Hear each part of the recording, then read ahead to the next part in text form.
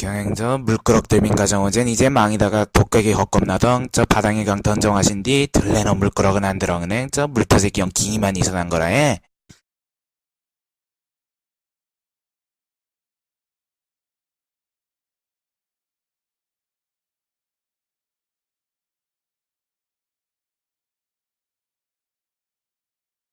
Linguistically speaking, it's always a good idea to restore the endangered languages, I think, because the diversity among the world languages is suggesting that how variable human communication can be. If we lose a specific language, we are going to lose certain distinctions that might have been really useful and valuable in one's cognitive system. That's why I think preserving a language, especially the endangered ones, may in fact have a humongous value in human cognition and learning better about the humans.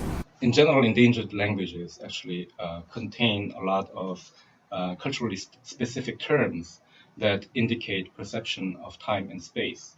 And through those terms, we can learn how actually human cognition varies in different languages and in different cultures. We usually assume that there is a universal process of cognition, but there are very detailed differences, and we can learn about those from endangered languages.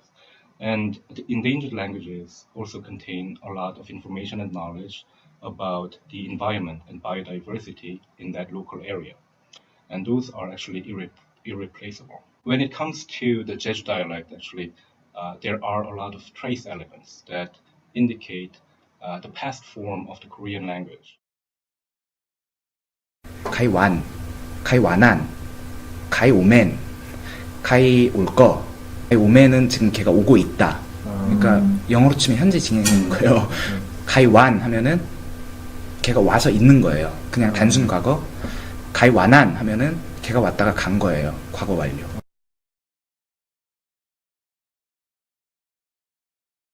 The motivation for the language restoration is always an issue because why do we want it? So you have to convince the speakers of Jeju dialect or Jeju language that it's a really valuable project, but whether they would be agreeing with it or not is a separate issue. If Jeju speakers think that their dialect is theirs, so extracting what they really do when they're among themselves is going to be problematic. Also, the lack of motivation issue is, I think, closely linked to the political and economical situation. Yeah, always the problem is that it requires resources and effort, and there are many other important issues in society as a consequence. Yeah, probably, yes, the one who want to revive a group or the person who want to revive, Jeju, specific Jeju language should persuade many people that they have a good reason to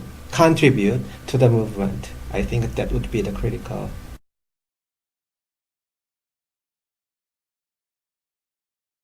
초등학교 2학년 때 이제 선생님이 애들이 막 나쁜 말을 쓰지 말라고 하신 적이 한번 있었어요. 그 말씀을 하시고 나서 이제 제주도 신화 중에 설문대 할망이라는 신화가 있었는데 그 책을 보고 제가 설문대 할망이라고 했는데 애들이 저보고 나쁜 말을 쓰지 말라는 거예요. 그래서 무의식 중에 그 할망이라는 방언 자체가 좀 나쁜 말이고 표준어인 할머니가 좋은 말이라는 의식이 은연중에 있었던 것 같아요.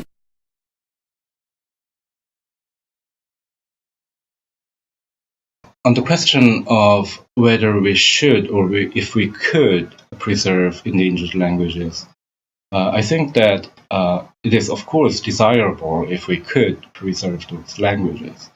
But there are certain limitations when it comes to actual measures of preservation. We can actually record those languages on media, for example. But those would be just records and not a living spoken language. In order to actually improve the situation of endangered languages, we have to get more people speaking those languages. It means that to enlarge the speech community and increase the number of speakers. However, with respect to restoring a specific Jeju language, I have mixed feeling about it because number one, I don't know whether it's feasible because the restored language may have different forms before it started to get endangered.